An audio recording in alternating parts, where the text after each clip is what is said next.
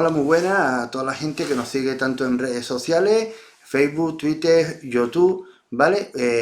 Gracias por asistir otra vez más, otro fin de semana, aquí a nuestro podcast, llamado No Otro Podcast Más de Cine, y hoy tengo el gusto de entrevistar a uno de los grandes directores de Argentina. Él es Gonzalo Calzada. Hola, ¿cómo estás, Fran? Gracias por la entrevista, por la invitación y estamos acá para hablar de cine.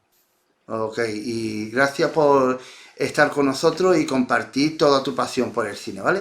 Y lo primero que siempre pregunto a todo el mundo es lo siguiente, ¿vale?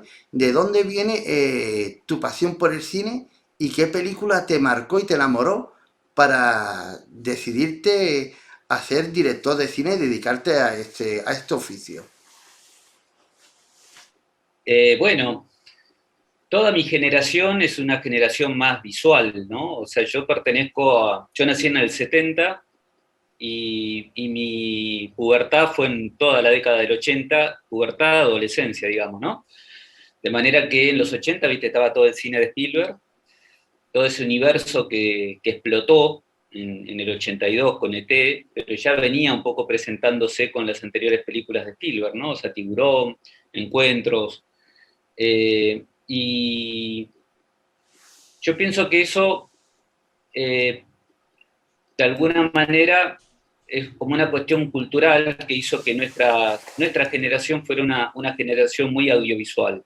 De hecho, se había puesto un poco de moda la imagen de Spielberg como el gran director de cine y uno desde acá de Argentina veía eso como una posibilidad muy remota, ¿no? Por supuesto, pero uno soñaba con eso. Entonces, pienso que viene un poco por ahí.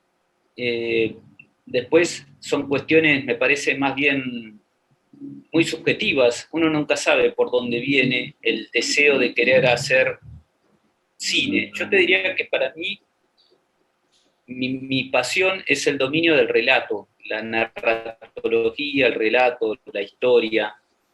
Y desde ese lugar me interesa tanto el cine como la literatura. De hecho, escribo novelas, cuentos, el teatro, en fin, cualquier cosa que se trate de contar una historia, ¿no? Y el cine es el elemento que elegí porque, bueno, en un momento fue lo que más me apasionó y peleé bastante para poder lograr conseguir los recursos y, bueno, hacerme un espacio dentro de lo que es el cine acá en Argentina. Y, bueno, va un poco por ahí. La película que me marcó o que me terminó de convencer de que el espacio era el cine, te vas a reír o no, pero fue La historia sin fin, la película de Wotan Petersen, la alemana, que me enamoré de esa película cuando la vi. Ya venía viendo otras, No, ¿no? no la Pero conozco. De qué año es? La historia sin fin, la película de Wotan Petersen del año 86, creo, más o ¿Estamos menos, hablando de sobre el, la historia interminable? esa, la historia interminable. Vale. Aquí en España tiene otro título. Claro, en España tiene el nombre de la novela, que después leí la novela de Micael Ende y me enamoré de esa novela también. Creo que esa es un poco la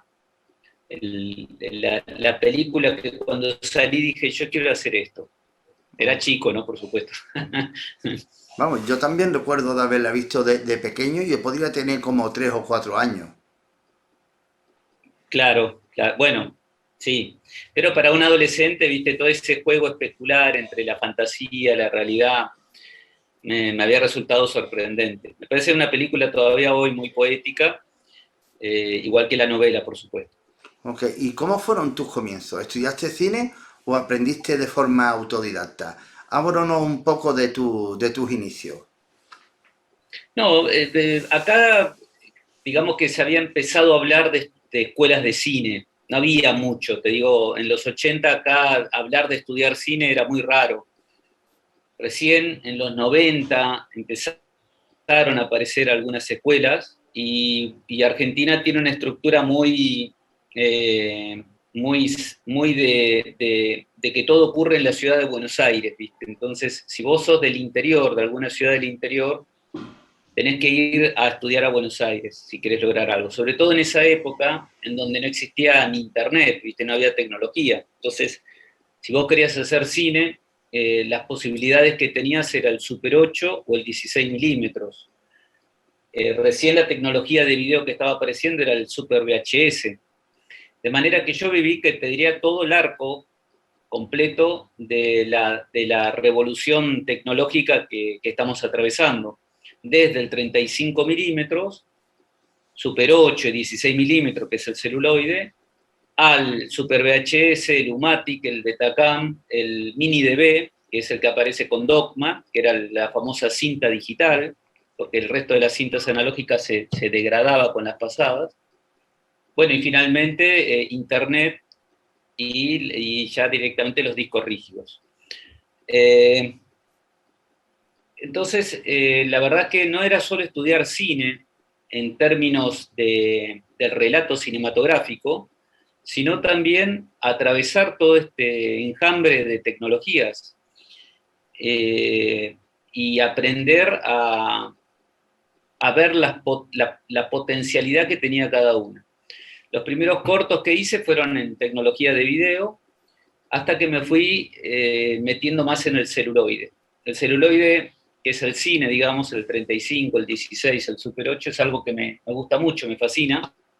Mis primeros cortos en la Universidad del Cine, que compartía ahí la escuela con Andy Muschietti y otros compañeros más, éramos los únicos que hacíamos género fantástico en esa época, acá en Argentina. Y bueno, después de hacer varios cortos y bueno, tener algunos premios y seguir trabajando en publicidad y tratando de pelear y pelear para hacer un largometraje, finalmente me vino la posibilidad de hacer un largo que no tenía que ver con el universo que a mí me gustaba, era una película por encargo, una comedia dramática, que se llamó Luisa, con una gran actriz argentina, Leonor Manso, y bueno, lo agarré porque era la posibilidad de filmar profesionalmente por primera vez. Okay, Y ese pero, fue un poco el ingreso al cine profesional, ¿viste?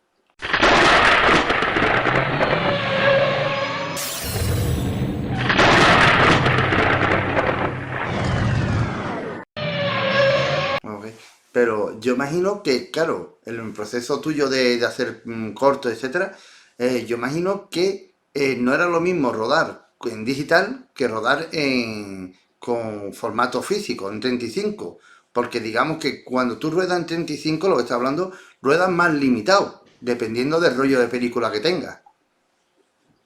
Sí, es otra cultura. Yo te diría, estoy trabajando sobre un libro que habla sobre este proceso, que tiene como muchos elementos que todavía no se han, a mi criterio, abordado lo suficiente. Para empezar, es como otro tipo de cultura a la hora de filmar. ¿Por qué? Porque esta limitación del material fílmico te obligaba a repensar muchas veces los planos, había como una concentración en el rodaje en donde todos los elementos eran fundamentales y tenían que estar bien, porque era carísimo. Un rollo de 35 milímetros son 4 minutos, y hoy debe estar $250, 300, no tengo ni idea. Imagínate la cantidad de material para hacer un largo. Y vos no tenías tantas posibilidades de que el actor pueda repetir una toma. Tenías 5 repeticiones con mucha suerte. 5 eran muchísimo. O sea que el actor tenía que decir bien su parlamento en la toma 2 o en la toma 3 y rezar de que no aparezca ningún error, como una sombra, un micrófono, lo que fuese. No se podía borrar como se hace ahora. Entonces todo esto generaba una precisión, una orfebrería en el rodaje que le daba, te diría, como una sensación casi como de hasta de rito. Era muy emocionante, pero era mucha la tensión que se vivía en el rodaje, porque los riesgos eran muchos. Hoy, en ese sentido, lo beneficioso que tiene es que es más ecológico el digital, tenés mucho más facilidades para conseguir bellas imágenes y el actor puede repetir 20 veces la toma. Tu única limitación es el tiempo. Esa era una limitación que tenía también el celuloide.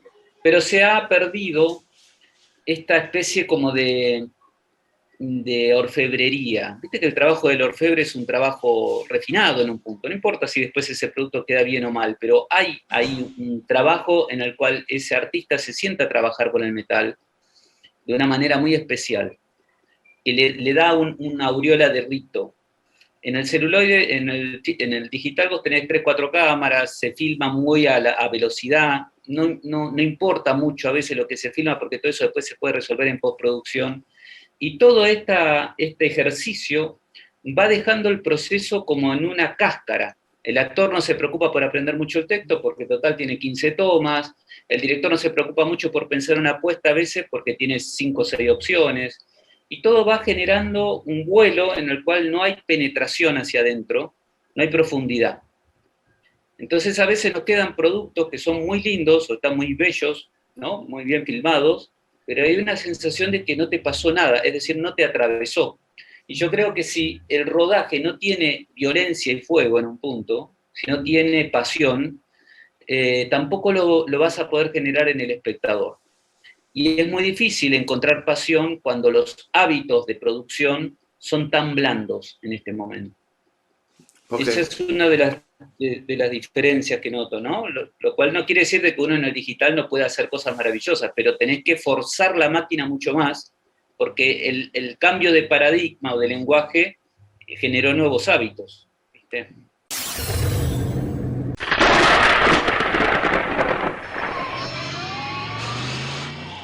Claro, es que cuando ruedan digital, digamos en formato 35, puede pasar que hay una persona que esté todo el rato contando el tiempo y diciéndote si puede tirar un plano más o no puede tirarlo. Y eso, cuando ves que tienes poca película y que tienes que ir a plano único, el grado de concentración de todo el equipo es grandioso. Y eso directamente lo que está diciendo, eso con el digital es que no pasa.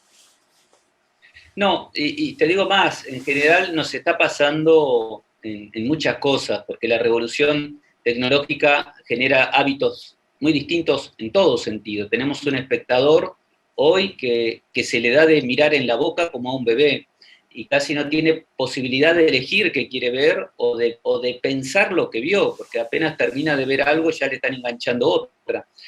No existe el espacio del cine club, no existe el espacio del encuentro y el debate, o cada vez existen menos. En ese sentido, se ha vuelto depredador. A mí me hace acordar como al Sin Cara de Viaje de Chihiro, ¿viste? Esa especie de como de monstruo que come, come, come y es imparable. Y tenemos un Disney que come todo. Y, y esto genera también hábitos que en el mercado hacen que, bueno, en fin, no se pueda trabajar las piezas como uno tal vez le gustaría. Por eso pienso yo de que ha desaparecido un poco la imagen, o está desapareciendo, no del todo, ¿no? Porque siempre va a estar, pero la imagen del director orfebre, ¿no? Un Fellini, un Berman, un Kurosawa, un Mizoguchi, un Tarkovsky, un Billy Wilder, un Vincent Minnelli, un John Ford, gente que, o de industria o no industria, tenía un trabajo de orfebrería fina. Hoy es casi el director, salvo que logres tener un nombre como Scorsese o en alguno de los chicos nuevos, en general es casi un operador en esta matricería, ¿viste? Y esto duele. Me parece que duele porque despersonaliza los procesos y el cine, antes que una planilla Excel, es pasión, pasión y narración, ¿viste? Y eso es un misterio. Y el misterio, bueno, ¿viste? Hay que meterse en un rito para poder desentrañar. Y cuando estaba empezando, rodaste dos cortometrajes, que es La Puerta y El Milagro de la Sangre, y después rodaste tu Sí. primera película, que es Valdemar. Cuéntanos un poco de ello. Mira, sí, los primeros cortos fueron en 16 milímetros, como señalás, La Puerta y El Milagro de la Sangre, y hice un metraje que se llamó que se transformó, que nunca quedó terminado, una especie de cortometraje de 20 minutos. Eran experimentaciones del fílmico con el celuloide, en donde el formato, el celuloide mismo, formaba parte de la narración. Eran personajes que estaban atrapados en películas, en cintas de películas. Y ahí desarrollaba esta teoría que estoy escribiendo ahora, que te comentaba, de la imagen cuerpo, que lo que pasa con el celuloide, más allá de que lo que se señalado al cambio de tecnología con el digital es una cuestión más romántica o de nostalgia, ¿no? Uy, qué pena, nos perdemos del proyector antiguo y el ruido de Cinema Paraíso. En realidad hay una pérdida mucho mayor, a mi criterio, y que es esta imagen corporal que de alguna manera afecta a nuestro cuerpo en el proceso de hacerla y también de mirarla. ¿Por qué? Y porque no es lo mismo tocar una película, no sé si sabías, pero la palabra película viene de película, película significa piel. Y Berman decía que el cine era el tacto, y efectivamente, si vos tocas una película de cine, lo que se genera es muy distinto a un disco rígido. El cine, de alguna manera, corporal, es la última imagen de un proceso de imágenes del precine y hasta te diría de la prehistoria, en donde siempre detrás de una ilusión había una imagen física, siempre, en las sombras de Altamira, de las cuevas, de las cavernas de los cavernícolas, en las linternas mágicas, en la cámara oscura, en donde fuese siempre se terminaba haciendo algo tangible con la imagen, que con la imagen digital desaparece y se transforma en un sistema binario. Esta pérdida del cuerpo en la última o el último bastión audiovisual desconecta al hombre de su propio cuerpo también. ¿Qué es esto que te digo? El hombre hoy mira, y se mete en una sala de cine o después se mete en una computadora y no hay percepción, la velocidad es mucho mayor a la que el cuerpo de un ser humano puede resistir. Entonces los primeros cortos hablaban un poco de esta crisis, de esta imagen corpórea, que es el celuloide, que se iba perdiendo por las nuevas imágenes digitales. Eran cortos fantásticos, un poco abstractos, un poco experimentales, que están ahí en la página de nuestra productora, La Puerta Cinematográfica, ahí se pueden ver. Y tu primera película, Bardomás, imagino que fue una peli autofinanciada por ti, porque dura como Sí, 50 minutos. sí fue financiada y después, como te digo, la reedité y la achiqué porque intenté hacer un largometraje, pero no, viste, era más el afán de querer hacer un largo que lo que realmente la historia me estaba pidiendo. La historia en realidad llegaba a unos 20 minutos y yo quise en ese momento la inexperiencia, la soberbia, la juventud, viste, la pasión, querer llevar el formato, la historia a un formato que no le cabía. Entonces armé un largometraje que se presentó acá en Buenos Aires, pero bueno, no le fue muy bien. Entonces, mucho más grande, ya hace como 5 años, volví a agarrar todo este material y lo reedité y lo estamos ahora musicalizando todo entero con música original, los 3 cortos, La Puerta, Valdemar y El Milagro de la Sangre, para relanzarlos el año que viene. Sí. Pero yo creo que eso te sirvió a ti como una escuela, es decir, te sirvió para formarte como cineasta, tu propia escuela. Me voy a rodar y voy a aprender de mis propios fallos. Sí, totalmente, ¿viste? Uno aprende de dos maneras, viendo películas y haciendo, y después tenés que hacer una síntesis de eso, ¿no? Porque si no haces la reflexión, podés seguir acumulando cosas y no aprendiste, ¿viste? La reflexión es muy importante y, bueno, encontrarse con lo que realmente a ustedes, cuando sos más joven, te dedicas más a imitar o a buscar un cine que te representa por lo que viste, y ya un poco más de grande empezás a buscar tus propias imágenes interiores, viste, tus propias referencias, que no son a veces las películas, si bien están, sino tu propio mundo interior, conectado a tu infancia, a tu crianza, a tus memorias, a lo que ves hoy. Eh, y yo creo que uno está aprendiendo siempre en ese sentido. No, hay grandes directores de cine que a veces, viste, cometen películas muy malas, que uno dice, ¿cómo puede ser que este director que ha hecho tantas cosas buenas de golpe a esta edad haga una película tan floja, viste? Y yo creo que en realidad siempre estamos aprendiendo y creo que siempre estamos cayendo también y levantándonos. Es un proceso permanente. Lo más interesante para mí no es si una película está más lograda que otra, sino que no se pierda el deseo por experimentar y probar, porque no, es imposible sin riesgo, ¿viste? Me parece. Se pierde la fuerza creativa si uno no se anima a arriesgar. Y en el riesgo está la posibilidad de caerse, de equivocarse, de hacer películas de mierda y hacer películas buenas. y bueno, y seguir, y no pensar que uno es un genio, o que tiene que hacer una ópera prima y ya hacer la gran obra. Hay como un cassette vendido sobre esas cosas que yo no las comparto mucho porque me parece que te quitan el foco en donde deberías estar ubicado como realizador, que es contar bien una historia, experimentar y aprender. Que era de tu película Luisa. ¿Y cómo nace? Porque no es un guión tuyo. ¿Cómo llega No. ese guión a tus manos y qué es lo que te gustó de aquella historia para decir, quiero dirigir esta película y quiero contar esta historia? Bueno, en realidad yo había hecho un cortometraje en una provincia acá de Argentina que se llama Jujuy, que es parecido a Bolivia, en una zona que es La Puna, que es como un desierto muy árido, y ahí había filmado un cortometraje que era como una especie de realismo mágico, mezcla con western, bueno, una historia muy cortita, que pretendía ser un largometraje, se llamó Mandinga. Nunca se logró hacer ese largometraje porque además acá en Argentina en esa época había mucho prejuicio al género fantástico. La gente del Instituto Nacional de Cine no le gustaba, lo consideraba historias como muy aniñadas o no serias, entonces era muy difícil que te pudieran dar la posibilidad de hacer una película así. Y un productor vio ese cortometraje, Mandinga, y le gustó mucho, y a partir de ahí me ofrece hacer algo distinto. Me dice, mirá, no vas a poder hacer este largometraje, pero te puedo ofrecer esta comedia dramática que se filmaría de forma profesional. Y vos hasta ahora no tenés nada profesional, entonces pensalo. Yo leí el guión y la realidad es que no me gustó mucho, no me sentí identificado con la historia, más que con la historia, con el género.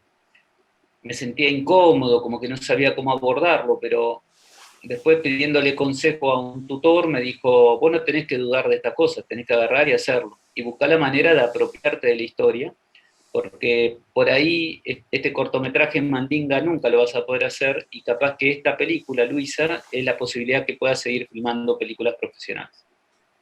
Y así lo hice, lo leí y traté de adueñarme de la historia lo más posible, buscando los elementos que me identificaban con el personaje principal. Lo más interesante es que en Luisa, más allá que es una comedia dramática, había una historia, claramente, de una mujer de 65 años que queda fuera del sistema y que tiene un montón de asignaturas pendientes con su vida que no se animó a enfrentar. Perdón, esto con los bomberos acá cerca. No se animó a enfrentar.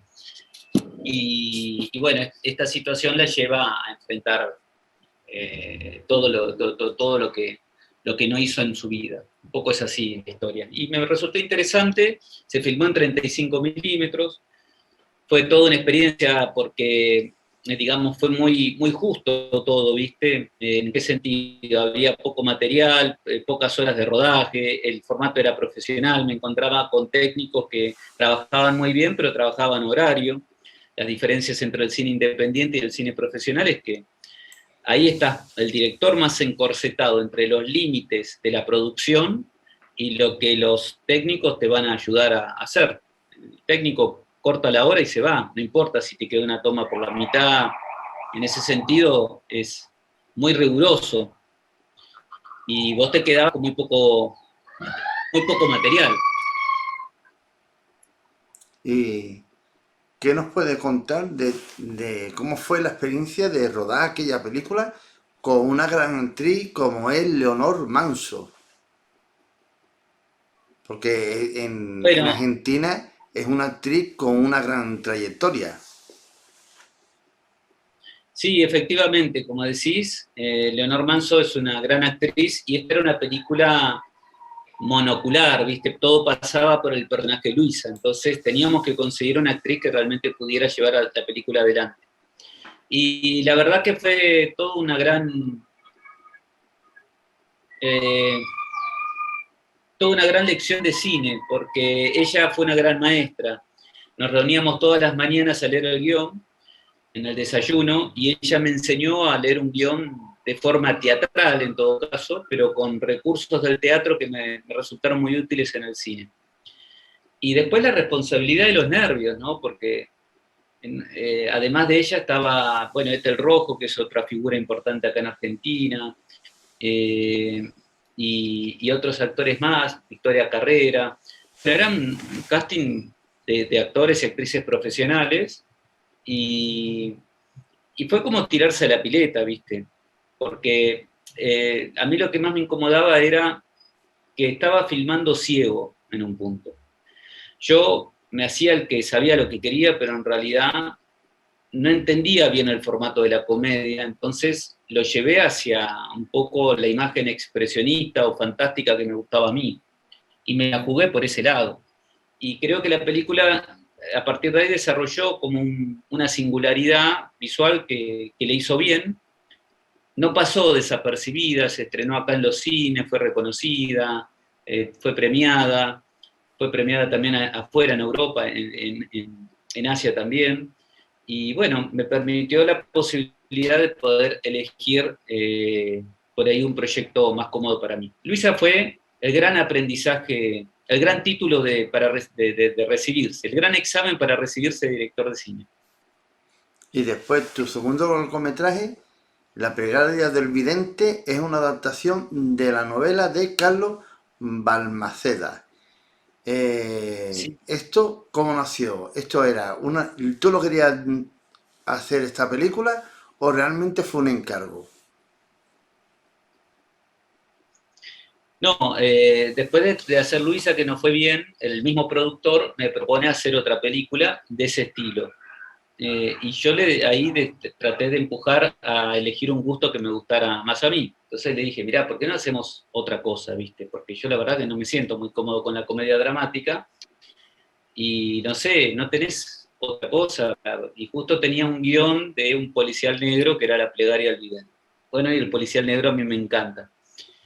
Me pareció muy interesante, sobre todo porque estaba basada en un hecho real, que es un asesino serial que existió acá en Buenos Aires, que se llamó Loco de la Ruta, que era un asesino que mataba prostitutas y las dejaba descuartizadas en la ruta, a la vista de todos, en las costas de Mar del Plata. Y esto fue real, solo que nunca se supo bien qué pasó, pero bueno, parecía ser que era una figura inventada por la policía como una manera de presionar a algunos capos de la trata de blanca, y de esa manera había como un proceso, una guerra interna. Pero frente a la opinión pública habían imaginado la figura del loco de la ruta. Esta fue una hipótesis que nunca se demostró del todo, si bien parecería ser que va por ahí. Creo que lo que nunca se demostró del todo es si realmente existió ese asesino serial o no. Y bueno, Carlos Balmaceda, el escritor, trabaja toda una hipótesis a partir de ese misterio, y hace una novela que gana en el concurso de la editorial Planeta. Y bueno, con esos antecedentes nos embarcamos a hacer una locura, porque fue una película muy exigida, con 6 semanas de rodaje, con muchas locaciones, muchos actores, y bueno, una producción muy limitada. De manera que ahí lo que aprendí fue a ubicar una apuesta estética que tuviera personalidad, pero que también fuera acorde al rigor de no tener tiempo, porque no había tiempo. Entonces, para que eso no quedara mal, trabajé la película desde un lugar más periodístico, generando una adrenalina en el montaje con 2 o 3 cámaras permanentemente, que hacían que vos no pudieras ver la falta de recursos que había en los planos. No eran planos muy quietos, sino que siempre se estaba moviendo la película, y había una sensación como de emergencia todo el tiempo. Aunque por ahí estuvieran tomando un café, la sensación es que, viste, había siempre una especie de pulso, de enfermedad en la película, que es algo que está por pasar, algo que está por pasar. Y este recurso le dio un ritmo a la película muy interesante, muy extremo, muy violento también, que fue muy celebrado acá en Argentina. No se estaban haciendo policiales negros en ese momento, y La plegaria del vidente vino un poco a devolverle al cine argentino ese formato que es muy querido acá por nuestra cinematografía y ni hablar por la literatura también. ¿Cómo fue el proceso de la adaptación de la novela?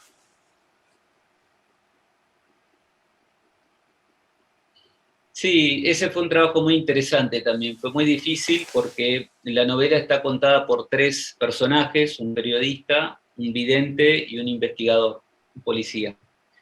Y es una novela con muchísimas reflexiones internas. Pasa más por los pensamientos y los divagues mentales de los personajes que por las acciones físicas. Y era casi imposible de replicarlo cinematográficamente. Si querías hacer algo comercial, digo, ¿no? Si querías hacer algo más, no sé, onírico, podía ir, pero lo que se estaba buscando era que la gente vaya al cine. Así que lo que hicimos fue optar por contar la película fundamentalmente por uno de los tres personajes, que es el policía, y los otros dos son como colaboradores, aparecen, pero no con tanta importancia. Esto nos permitió, bueno, enfocar más hacia una historia, porque son como tres miradas distintas de un mismo caso, ¿no?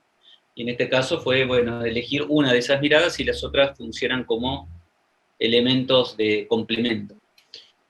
Y bueno, se hicieron varias lecturas de la novela. La primera la hizo el mismo escritor, Carlos Balmaceda, que le faltaba mucho conocimiento de cine, entonces no funcionó. Y entonces yo me senté a reescribir ese guión y se hizo muy caro ese guión, entonces después se sentó un tercer guionista a reescribir entre el primer guión y el segundo, y un poco ese fue el guión que quedó. Se hicieron como 6, 7 versiones del guión, después entran los actores y ya sabés, ¿no? También empiezan a opinar, entonces ahí se hizo un último ajuste de guión, y bueno, ahí quedó.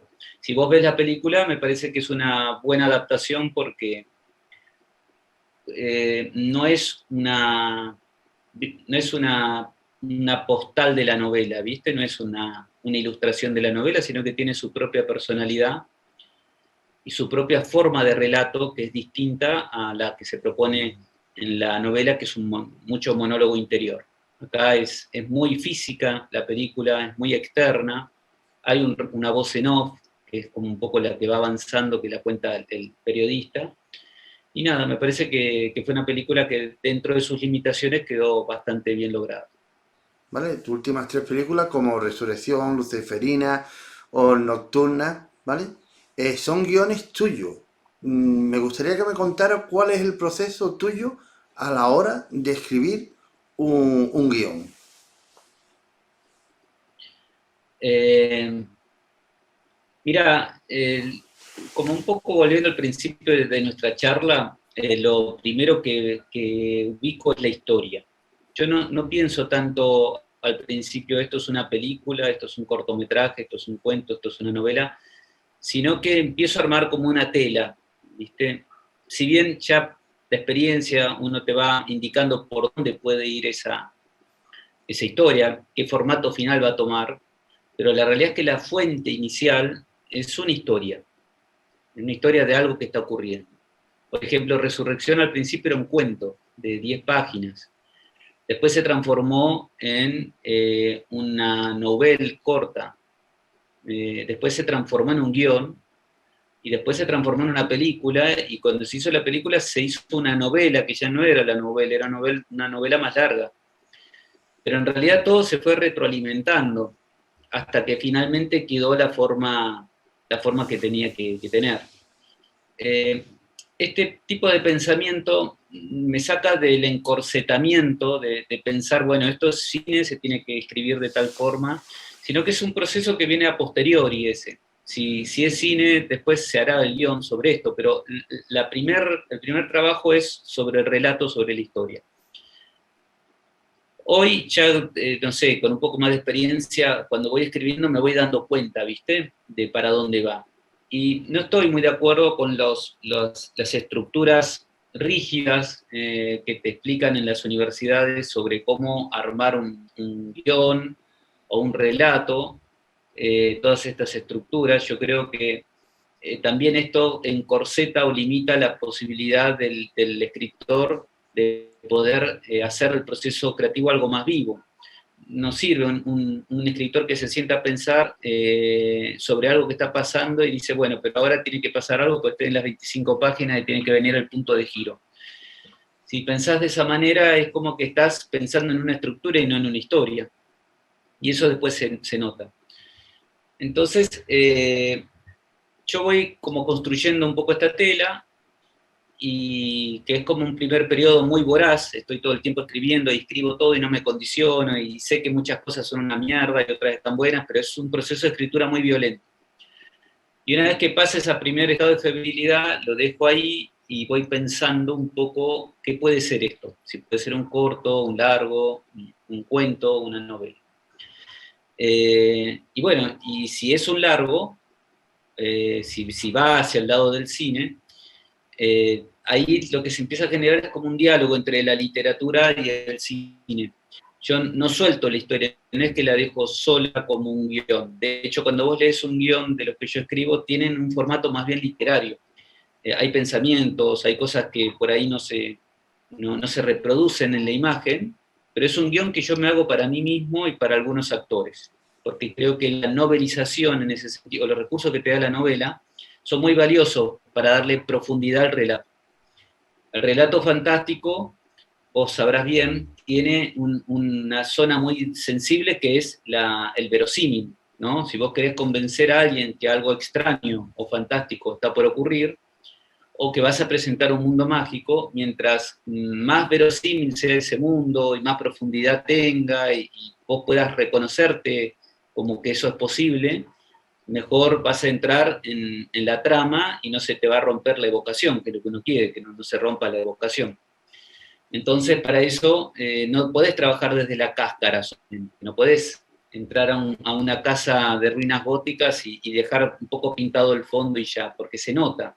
Digo, por ahí no te das cuenta, pero hay algo en tu percepción que no te termina de conectar con eso.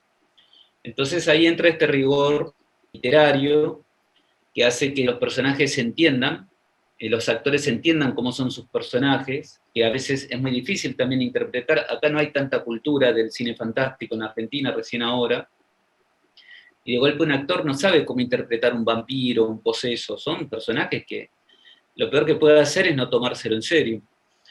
Entonces uno tiene que darle estímulos para que pueda entender lo que es ese fantasma, ese vampiro, ese espectro, y que pueda a partir de ahí ir construyendo su personaje. Todos estos recursos son un complemento permanente entre literatura y cine y pintura, que son para mí las tres artes que se vinculan muy fuertemente entre sí. Te diría la música también por la cuestión del ritmo y todo, pero bueno, es como que podríamos entrar en otra parte.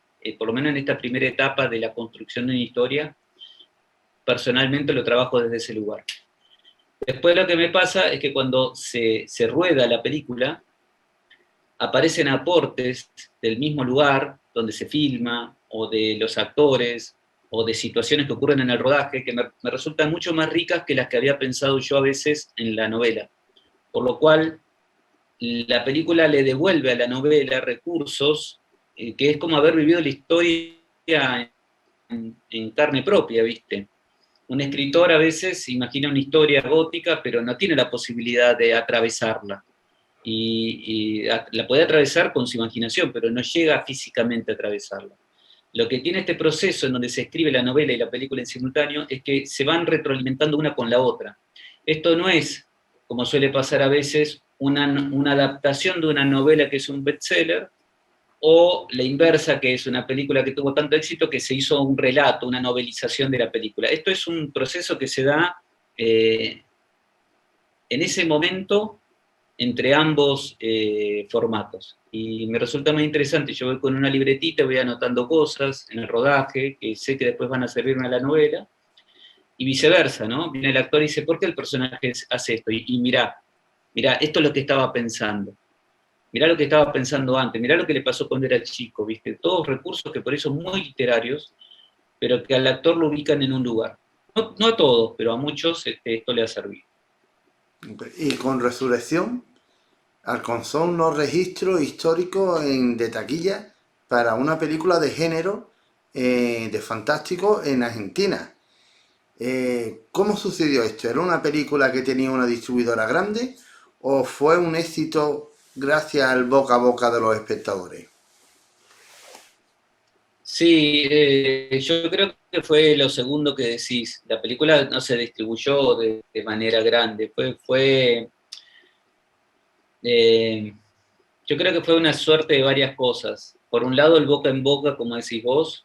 Acá las películas argentinas de género fantástico se las veía muy poco porque también se consideraban que eran de mala calidad, que eran berretas, que se veía un poco los alambres, como se dice acá. Y Resurrección fue una apuesta grande a tratar de darle al género una profundidad, que es esto que te digo, ¿no? Una profundidad un poco más seria. Que no sea bizarra o que a través de la farsa o del chiste o de lo bizarro uno se esconda y no se haga cargo por ahí de un relato más fantástico. Entonces, la apuesta de Resurrección era volver a un género gótico, inspirado un poco en las películas de la Hammer o de Roger Corman. Acá se habían hecho algunas películas así con Narciso Ibáñez Menta, el padre de Chicho Serrador, y bueno, toda esa cultura del gótico que fue muy pobre, pero al fin estuvo, en realidad, desapareció. Y bueno, Resurrección viene a traer ese género de nuevo a Argentina, con una historia ambientada en 1870, en la época de la fiebre amarilla, con una peste, y con todos esos personajes encerrados en una casona donde hay un enigma, que también es un misterio, y hay un pacto satánico. Y yo creo que el amor y la pasión puesta en ese rodaje por todos, el trabajo enorme que se hizo con muy pocos recursos, porque, digamos, uno tiene que medirlo bajo esos parámetros, ¿no? Uno puede ver una película y dice, bueno, está bien, pero la película encierra un montón de misterios en el proceso que no tiene por qué saberlos el espectador, pero a veces los intuye. Dice, acá hay algo, puede que no me convenza esto o lo otro, pero hay algo que me contagia la película, es un clima, una atmósfera, eh, un relato que está sentido y que me lo logra transmitir. Esto es lo que yo creo, al menos, del cine que hice siempre. Habrá películas más logradas, otras menos, pero la realidad es que cuando eso está puesto en el rodaje, de alguna manera llega al espectador que le llega. Que le llega al espectador ya es un hecho que le escapa a uno como realizador, porque ya entra en un mercado, ¿viste? Y el mercado hoy es cada vez más cruel. Si no estás con el ratón Mickey, tienes muy pocas posibilidades que tu película realmente haga un recorrido fuerte, ¿no? Y de hecho, cada vez los espacios cuestan más, duelen más, los festivales, ¿viste? Como que necesitan fortalecer esos espacios y a veces no tienen los suficientes recursos tampoco. Yo creo que Resurrección fue un boca en boca y fue tirarse a la pileta con todo, apostar a todo para lograr la mejor película posible. Creo que la historia era muy interesante porque traía mitología propia de Argentina, como los payé, que son unos huesos de muerto que cuando los metes en el cuerpo de alguien se vuelve inmortal. Eso es una idea fantástica, o sea, una talla de un hueso chiquito que un imaginero, un payetero, un chamán, te lo mete en el cuerpo y te hace inmune, pero al mismo tiempo, si no te lo sacás, no te podés morir. Y yo había leído un relato que era sobre un tipo que lo estaban velando hacía 50 años porque la mitad del cuerpo estaba muerta y la otra mitad no se podía morir, porque no le lograban sacar el payé, que es este huesito de muerto que te digo. Esto es un disparador formidable, ¿viste? Me pareció muy fuerte. Un modelo de zombie distinto, porque es alguien que está consciente, pero atrapado en su propio cuerpo que se va degradando, ¿viste? No es un zombie ciego o rabioso o tonto o esclavo de la magia vudú. Es alguien que está plenamente consciente y que su cuerpo se transforma en su propio cajón. Es un entierro prematuro a partir de su propio cuerpo, con todo el dolor que implica. Me resultó una idea muy poderosa. Y cuéntanos un poco, quisiera saber cómo es tu manera de trabajar en set, tanto con el equipo técnico y con los actores. Bueno, depende, viste, de la película, pero en general siempre con un guión técnico, un shooting, una idea muy clara de lo que se va a hacer ese día, y sobre esa premisa de tenerlo claro, cuando nos permite el plan de rodaje, que es muy pocas veces, pero a veces sí, y si la escena lo amerita, dar la posibilidad de reencontrarnos en el lugar para ver qué es lo que pasa en ese momento. Eh, yo tiendo a tratar de filmar en locaciones reales y no en galerías de filmación, tratar de ir a los lugares donde realmente podría haber pasado una historia así, porque por un lado me parece que genera esta profundidad que te hablo, que es que se siente, se respira, y por otro lado creo que contamina todo el set, a los actores, a los técnicos, de la magia o de la atmósfera del clima de esos lugares. La Casa de Resurrección era una casa impresionante que hay acá a las afueras de Buenos Aires. Llegar era todo un problema. Y vos entrabas a esos salones gigantes que estaban deshabitados hacía 50 años, y ya el olor a la humedad, a las paredes, a la mugre, al polvillo, te transmitía un clima, una atmósfera que para mí es un material riquísimo para un actor, por ejemplo. Entonces, trato de llevar el equipo entero hacia esos espacios reales, lo cual a veces resultan ser filmaciones muy incómodas, porque son espacios acotados, lejos o incómodos, pero creo que lo que se gana ahí es inmenso, salvo que tu película sea una película que hable de artificios y de mundos imaginarios, entonces por ahí sí, entonces justifica el armado de un decorado en una galería de filmación, porque estás hablando de eso en un punto. Y ahí se puede transmitir ese concepto, pero trato de que el concepto o el alma que tiene el relato se pueda impregnar en todos los que trabajamos en esa película. Entonces vos ves Luciferina y el exorcismo que le hacen a la mamá ocurre realmente en una capilla, en una isla, en el Tigre, en un lugar que era espantoso.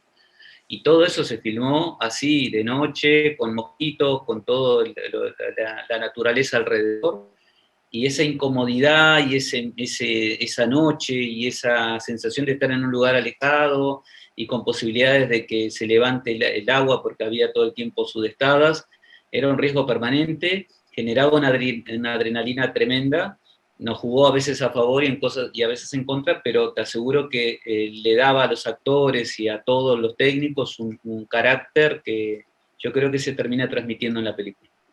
¿Y tu forma Esa de es una de las cosas. ¿Y tu forma de trabajar con los actores? Mira, los actores, yo aprendí que lo mejor que uno puede hacer es ser un buen traductor de sus recursos, que no siempre son lo que ellos dicen que son. Es decir, que para mí el director de cine tiene que ser una especie de vidente, alguien que pueda ver realmente las cosas o el potencial que puede trabajar ese actor, desde dónde y a partir de ahí trabajar. Es decir, no hay un método con el actor, como ocurre en el teatro, que como es un plano secuencia de 1 hora y media en un escenario frente al público, bueno, tiene que tener herramientas muy preparadas. En el cine los actores llegan siempre subestimándolo, la mayoría no se saben los parlamentos, los textos, y trabajan apostando a que vos te la vas a ingeniar con las cámaras y los encuadres. No se toman en serio, por lo menos como es en el teatro, donde la exposición que tienen es mucho mayor. Pero cada uno tiene como herramientas distintas, ¿viste?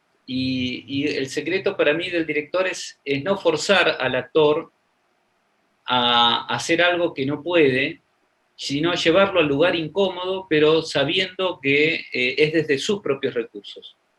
O sea, sería inútil hablarle del método de Stanislavski a un tipo que realmente no le importa, porque no te lo va a preparar. Entonces, uno tiene que buscar otras herramientas para ponerlo incómodo desde otro lugar, sabiendo que sus recursos van por ahí. Es más un trabajo de entender a esa persona que tengo enfrente que un trabajo de ensayos. A veces los ensayos juegan a favor, a veces los ensayos juegan en contra.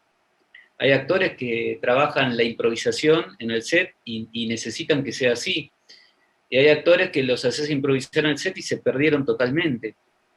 Entonces, para mí tiene que trabajar distintas dinámicas en la preproducción para ir entendiendo cómo es ese actor, en qué cosas se siente más cómodo o puede dar mejores recursos y en cuáles no. Y a partir de ahí, bueno, trabajar. Todo esto siempre teniendo en cuenta que hablamos de películas que siempre están limitadas en su producción. Entonces uno no tiene posibilidades ni tiempo de jugar mucho más allá. Casi todas las películas que yo he hecho fueron películas que eran de 6 semanas de rodaje y se hicieron en 4, o sea, o 4 y medio. O sea, son películas muy apretadas donde no hay tiempo para demasiada improvisación. Digamos que lo tienes todo bien planificado antes de ir a rodaje. Sí, pero a veces pasan cosas, porque es así, y vos tenés que saber por ahí aprovechar los recursos que tenés en el momento. Y bueno, en Luciferina, por ejemplo, eh, un día que llegamos y había sudestada y la isla donde filmábamos estaba bajo el agua. Entonces la locación que teníamos para filmar no se podía usar, que era la iglesia. Y ese día no había otra opción para filmar otra cosa, así que decidimos trasladar la casa donde vivía la vieja, la bruja, en vez de que fuera en la iglesia, que fuera en una casa que estaba por ahí cerca, que como estaba más alta, se podía filmar. Y bueno, tenía un vitral enorme, fantástico, que yo ya lo había visto antes, pero que la señora no nos había dejado filmar ahí porque ahí vivía. Bueno, es así, viste, de golpe vamos, peleamos el lugar, se lo suplicamos, ella nos da el acceso y finalmente ahí queda la casa de la bruja y quedó mucho mejor. Pero uno tiene el pensamiento lateral es fundamental en el cine, ¿viste? Sobre todo en el cine hecho así, con pocos recursos. No es un cine cómodo, siempre es un cine incómodo que tenés que estar preparado para continuar con el relato desde el lugar más insospechado, ¿viste? Con Nocturna nos pasó que Pepe Soriano, el gran actor de 90 años, en las 2 últimas semanas se descompuso y no vino más. Yo me quedé sin el personaje principal. No estaba eso en los planes originales, para nada. Entonces tuve que usar recursos. Y esos recursos a veces quedan bien y a veces quedan mal. ¿Qué recursos son buenos? El fuera de campo, cuando él le pide disculpas a la hija, en el momento más emotivo de la película, para mí al menos, no se lo ve, se lo escucha y se ven todas las habitaciones vacías. El efecto fue mucho más fuerte en ese caso. En otros no fue tan logrado. Y eso es pensamiento lateral.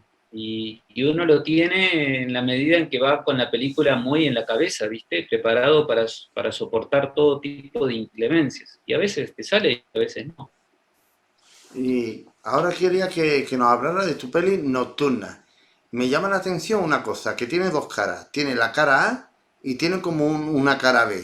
¿De dónde sale esta idea? ¿Qué son dos películas o una película? Cuéntanos un poco de Nocturna. Sí, Nocturna en realidad, primero, bueno, es un guión que tiene varios años ya, ¿no? Yo lo escribí hace unos 14, 15 años atrás. No se pudo hacer porque era un proyecto extraño para muchos productores, no se querían arriesgar, tenía un actor grande como protagonista, no les parecía muy comercial para ser vendido, entonces como que nos costó mucho conseguir la financiación. Esa espera me hizo que yo la historia la transformara en una novela. Esto que te digo, para mí los formatos es una cuestión secundaria, lo primario es la historia, y la historia después se transforma en el formato que yo decido, o que decide mi vida o mis posibilidades. ¿Viste? No se puede hacer la película si yo siento que la historia tiene los elementos que son válidos para transformarla en algo, la transforma en un cuento, en una novela. Y así la empecé a novelizar. Lo primero había sido un guión y la empecé a novelizar. Y cuando la empecé a novelizar, quería respetar esta cuestión del narrador objetivo que no se mete en la cabeza del personaje. no un narrador omnisciente, viste, que está en el pensamiento, que está en todos lados, sino un narrador objetivo que solo cuenta los hechos como vos los lees en un guión clásico.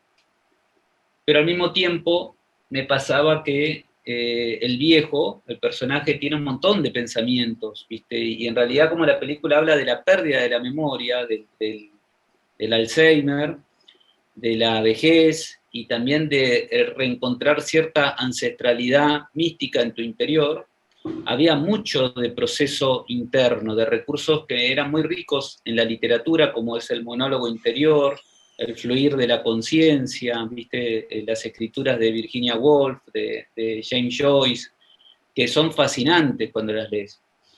Entonces, como no quería contaminar la historia con el narrador objetivo, que vos nunca sabés qué está pensando ese tipo, decidí transformar la novela en dos novelas. Una novela es una novela objetiva que vos vas leyendo los hechos como ocurren en una noche dividida por horas, porque toda la historia ocurre en una noche. Entonces está toda dividida por hora. Vos decís, a las 19 horas pasa tal cosa, a las 20 pasa tal cosa, a las 20:30 tal cosa. Y la otra parte de la novela también está dividida en horas, pero en vez de ser los hechos son los pensamientos. Entonces, si vos querés saber lo que está pensando o ciertas poesías o reflexiones abstractas tienen los personajes en el lado A, tenés que ir al lado B y te encontrás con ese otro lado de la noche. Y el lado B estaba contado de atrás para adelante, como los libros orientales. Entonces, con el lado A y el lado B, vos vas leyendo y podés, en el medio de la novela, concluir la historia, ya sea que la hayas leído del lado A o del lado B. Este experimento literario me divirtió mucho, me resultó muy interesante, me gustó, y cuando lo estaba escribiendo empezó a aparecer la posibilidad de producir la película. Y de golpe me resultó muy curioso la posibilidad de tratar de hacerlo en el cine. Entonces, traté de pensar cómo se podía hacer ese lado B, ese lado que está hecho de monólogos, de pensamientos, de recortes, de memoria rota, quebrada, y decidí experimentar un poco la misma idea. El lado A es una película canónica, formal, clásica, filmada en digital, de forma profesional, en colores, donde toda la evocación está puesta adelante y se ocultan los resortes para que vos puedas tener la historia directa, y está dividida en horas. Y el lado B es la misma historia, pero contada toda de forma abstracta. Entonces vos ves imágenes sueltas, que son como si te metieras en la cabeza del viejo, que está perdiendo la memoria, o de los fantasmas que lo rodean esa noche. Entonces vos podés unir qué es lo que está pasando en la cabeza de acuerdo a acordarte las horas del lado A. Es un juego, lo que pasa es que el lado B es una película mucho más abstracta, es una película experimental con elementos parecidos a Jonas Mekas, que es un realizador de cine independiente neoyorquino, polaco en realidad, o David Lynch, o Kenneth Anger, qué sé yo, toda esa gente que con celuloide, con cosas iba filmando y poetizando la imagen, ¿no? Y me resultó muy, muy interesante abordar la historia desde ese otro lado. Entonces, para el espectador más formal, que no le gustan las cosas raras, puede ver el lado A. Y si se emocionó, si le gustó la película, si se sintió atravesado por la misma, tiene la opción de ver este otro lado B, que es una manera de acercarlo a este otro tipo de cine, a otra forma de abordar el cine, de una manera más amigable. Porque ese espectador va a poder reconocer la historia a partir de las horas. No va a entender, porque no la tiene que ver con ojos racionales, la tiene que ver con ojos sensoriales el lado B. No es una película para verla y tratar de entenderla, es una película para sentirla. Y este experimento me resultó muy interesante. El lado B se hizo además en Super 8, todo en celuloide, y de forma independiente también, es decir, opuesta a cómo se hacía el lado A. El lado A es una película profesional, y el lado B se solapó en el rodaje una segunda unidad de chicos independientes con la camarita Super 8 que iban robando elementos para ir armando este otro universo abstracto, sensorial, metafísico o metafílmico. Quedó muy Eh, lindo. sí, me parece como una propuesta que pocas veces lo he visto en un director que ha rodado una película de manera formal y la otra película la ha rodado más experimental, más cine de autor y la otra película es como una película sensorial donde tú vas a verla y es déjate llevar. Exacto, tal cual. Me parece que está bueno porque invita al espectador y al realizador y al equipo a no quedarse siempre haciendo lo mismo. Yo creo que a veces nos conformamos con poco, ¿no? Como que, o con lo de siempre. Vamos, somos como de repetir patrones y de quedarnos un poco en la zona de siempre y acumulamos películas que a veces son muy iguales. Y creo que, volviendo al inicio de nuestra charla, el artista tiene que ser un provocador. Primero con uno mismo, ¿no? Tiene que ir hacia lugares incómodos para ver qué pasa. El artista tiene que golpear la realidad, esta supuesta realidad. Tiene que ponerla en jaque, tiene que preguntarla, interpelarla, cuestionarla.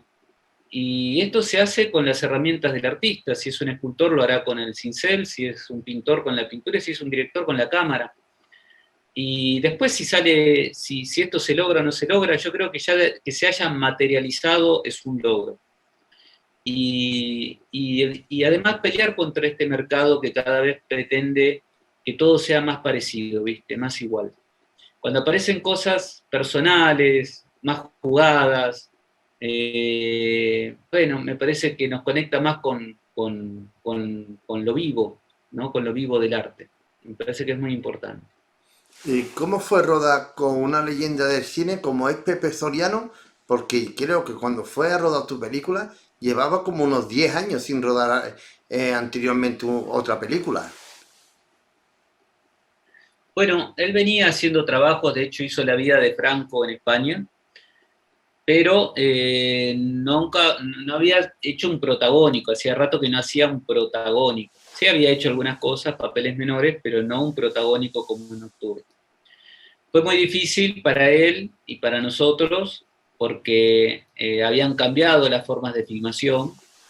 Era una película de género fantástico, entonces había muchas precisiones técnicas que él no comprendía por qué había que hacerlas, ¿no? Pero que no es lo mismo si estás parado acá o acá, el milímetro cuenta en un encuadre, en el género fantástico. Y entonces por momentos no entendía por qué tantas repeticiones, además de todo el periplo que atraviesa el personaje, ¿no? Porque aborda estados emocionales muy fuertes, entonces desde la angustia extrema, la pérdida de la hija, el llanto, al miedo terrible, a la agitación, al espanto, son todas emociones muy fuertes en un actor que no dejaba de tener 90 años y que además filmó en locaciones reales, no en una galería de filmación con aire acondicionado y todas las comodidades. Entonces, el pobre actor subía la escalera, trabajaba en lugares hacinados o con calor y lo soportó muy bien, demostró una pasión y un deseo por actuar fascinantes. Eh, Después, bueno, sí, se descompensó en un momento y bueno, a partir de ahí lo perdimos en el rodaje, ¿no? Pero digamos que Pepe es un actor con muchísimos recursos y tenía un gran deseo por hacer este personaje. Y realmente hizo un trabajo extraordinario que emociona mucho porque creo que él se permitió atravesar el personaje también. Él necesitaba actuar este personaje. Vos imaginate que no siempre un actor de 90 años tiene la posibilidad de volver a ser un protagónico, donde además la película trata sobre un personaje que en una sola noche atraviesa toda su vida. Las pérdidas, las cuentas pendientes, los miedos, y todo eso se vuelve un poco especular a un actor o a cualquier ser humano de 90 años. Y yo creo que por eso la película es tan emocional, porque tiene impresa toda esa fuerza angustiosa, ¿no? Del personaje. Para mí fue muy fuerte trabajar con él. Es un actor legendario acá en Argentina y un hombre grande, mucha responsabilidad. y lograba por momentos escenas que te dolía decir corten, porque estaba bárbaro lo que estaba haciendo. Así que, no, muy agradecido. Él como Marilu Marini, que fue la compañera de él, una gran actriz que vive en Francia, que fue su partener, y el resto del elenco, que son actores más jóvenes, pero que bueno, estar al lado de él también era como acompañar, ¿no?, al gran actor.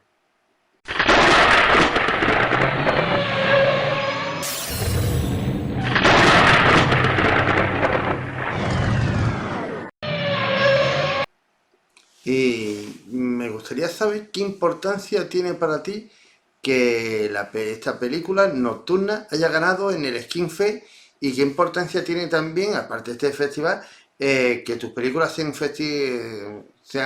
seleccionadas en festivales como Sitges y a otros festivales importantes de género fantástico. Mirá, me parece fundamental. Vos pensate que nosotros realmente acá vivimos en condiciones muy limitadas, Fran. Es una vida muy, muy agitada realmente y muy limitada la del director de cine argentino. Si no trabajás para un multimedia importante, tu vida está siempre al borde de los límites, hasta te diría a veces de no llegar a fin de mes. Todo es un gran esfuerzo, un esfuerzo enorme. Lo que significa hacer una película acá en Argentina, que además es un mercado tan profesionalizado, que hace que de golpe no se puede hacer con tanta facilidad sin independiente, eh, hace que el esfuerzo de hacer una película sea realmente enorme, muy sacrificado, y uno envejece muchísimo con cada proyecto. Y es muy doloroso cuando las películas, con la cantidad de años que te llevan a hacerlas, con todo el esfuerzo que uno hace, a veces queden un poco en el olvido o en la falta de reconocimiento. Es un juego y uno tiene que aceptarlo y jugarlo así. Pero cuando de golpe la película es celebrada, sobre todo en los festivales de afuera, porque paradójicamente acá en Argentina la película fue ignorada, y sin embargo en los países de afuera fue muy bien recibida. Ganó a mejor largometraje iberoamericano el lado A y el lado B en un festival hermoso en México y muy importante, que es Macabro, el festival más viejo de México de cine fantástico, proyectando ambas películas en la Cineteca de México, que es un lugar hermoso. Ganó mejor actor y mejor actriz en Fantaspoa, que es uno de los festivales más importantes de Brasil. Fue proyectada en el Fry Fest con gran recepción y emoción del público. En Inglaterra. Exacto, en Inglaterra. Estuvo bueno, en el Screamfest, ¿no?, con este resultado que nos sorprendió a todos, y además también en Medellín, donde también ganó un premio, y en Curtas, donde también ganó a Mejor Película Latinoamericana, y Mejor Actor Pepe Soriano, y Mejor Dirección. Son todos premios muy importantes, fundamentalmente por el estímulo y uno lo que espera es que esta premiación que te dice seguí haciendo porque venís haciendo cosas que están bien, ojalá en algún momento también se puedan ver reflejadas en poder filmar con un poco más de recursos, en poder tener un poquito más de elasticidad. Ese es el sueño que todos tenemos acá. Realmente te digo, yo, mira, con todas mis películas no logré superar el traveling. Nunca pude tener otra gripería que no fuera un carrito de vías, ni plumas, ni grúas, ni ningún recurso que yo pueda decir, bueno, estoy filmando, estoy experimentando desde otro lado, ¿viste? Es un ejemplo estúpido, ¿no? Pero que tiene que ver con esto que te digo de tratar de tener un poco más de recursos, de comodidad, incluso de que tu profesión pueda ser dignificada desde otro lugar, que vos puedas realmente vivir de lo que haces y no estarla remando y remando.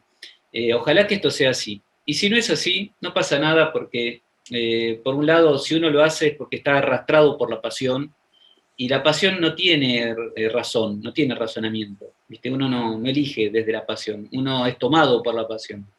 Y yo creo que en mi caso yo soy un apasionado de las historias, me la paso escribiendo, tengo miles de proyectos. Acá tenés mi estudio, por ejemplo, en la guardilla de arriba de mi casa, y es mi lugar en el mundo. Yo me siento acá a la mañana a tomar un mate a escribir y soy el hombre más feliz del mundo. Realmente, me siento muy agradecido. Y los festivales, en este caso, sobre todo, que esta película ha ganado muchos festivales, me dan una alegría enorme. O sea, me hacen un mimo al corazón, no solamente a mí, sino a todos los productores que se arriesgaron a hacer la película, a Pepe Soriano, bueno, en fin, a todos, ¿no?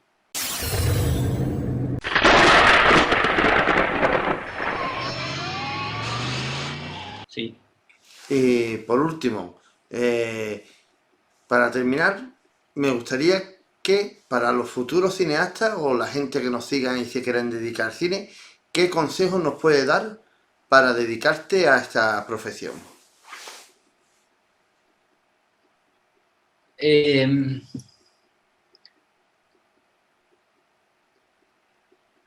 Yo creo que hay que buscar la singularidad. Todos los seres humanos somos distintos. Ninguno es igual a otro. Y desde que somos chiquitos nos quieren decir cómo tenemos que hacer todo. Y terminamos respondiendo como autómatas a un sistema que nos educa cómo ver, cómo leer, cómo hacer. Y esa obediencia nos hace pasar la vida pensando que a veces triunfar es conquistar un mercado, cuando en realidad por ahí triunfar es conquistar tu propia mirada. Una mirada tan pisoteada por el sistema, tan imposibilitada por los recursos, por la tecnología que hay hoy, que idiotiza a todo el mundo, porque hay acceso a una tecnología vacua, que entonces pienso que el mejor consejo es sentarse en una plaza, obligarse a sentarse en una plaza sin el celular durante 2 horas y ver qué ves. Ir a un museo y en vez de recorrer el museo rápidamente y sacar fotitos y emoticones y selfies con todos los cuadros, te obligues a ver un solo cuadro durante 2 horas a ver qué te pasa, sin el celular. Quedarte quieto viendo ese cuadro, a ver qué es todo lo que aparece en ese cuadro a partir de esa inmovilidad que es la mayor revolución de un director de cine. Cuando empieza a descubrir el movimiento a partir de la inmovilidad física de una cabeza alienada. Creo que ahí se empiezan a abrir otros sentidos que son los propios, y ahí se escucha la voz interior de uno, que es un misterio, y que eso lo hace hermosamente bello y poético, porque el misterio no tiene como la incógnita resolución, no se sabe, y ahí aparece realmente el autor.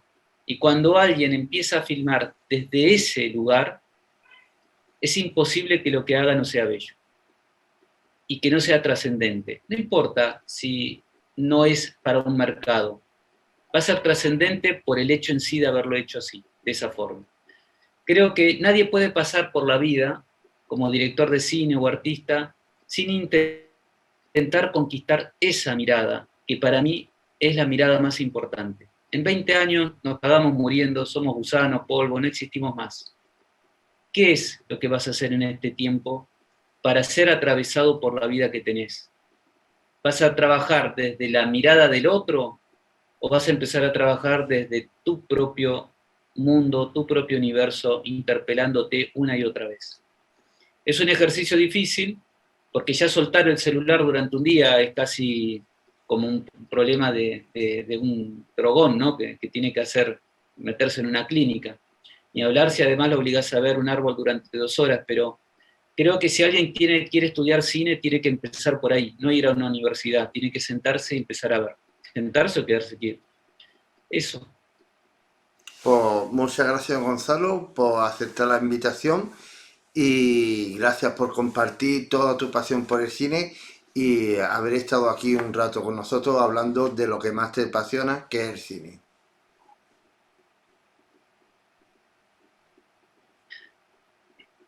Gracias a vos, Fran. Me encanta la entrevista, fue muy detallada, preguntaste mucho, te valoro mucho esta posibilidad de hablar así, haciendo un poco de una revisión de todo lo que uno va haciendo, ya son varios años. y fue muy placentera, así que te agradezco a vos. Vale, muchas gracias a ti por haber aceptado la invitación. Gracias. Chao.